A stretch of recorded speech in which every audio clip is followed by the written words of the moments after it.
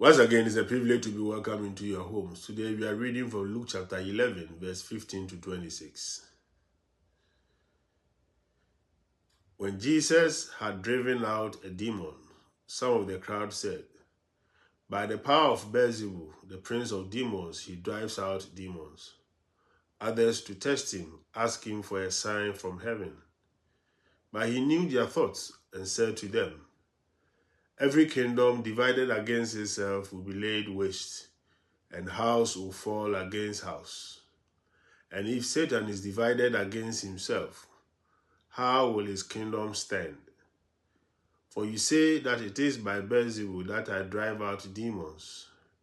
If I, then, drive out demons by Beelzebul, by whom do your own people drive them out?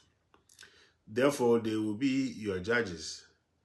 But if it is by the finger of God that I drive out demons, then the kingdom of God has come upon you.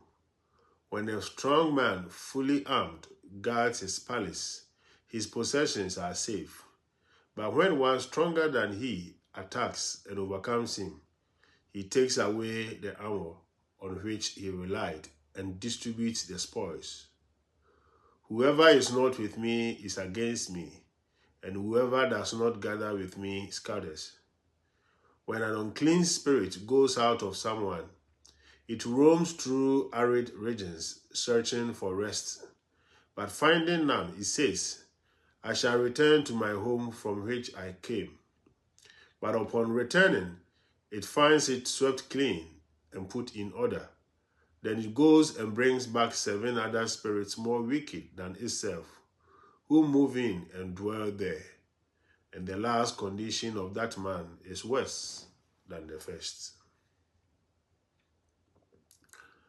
We all know from our own experience how easy it is to misjudge people.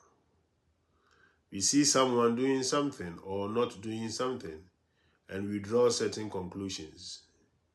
We subsequently discover that the conclusions we have drawn were very wide of the mark. Jesus was also misjudged.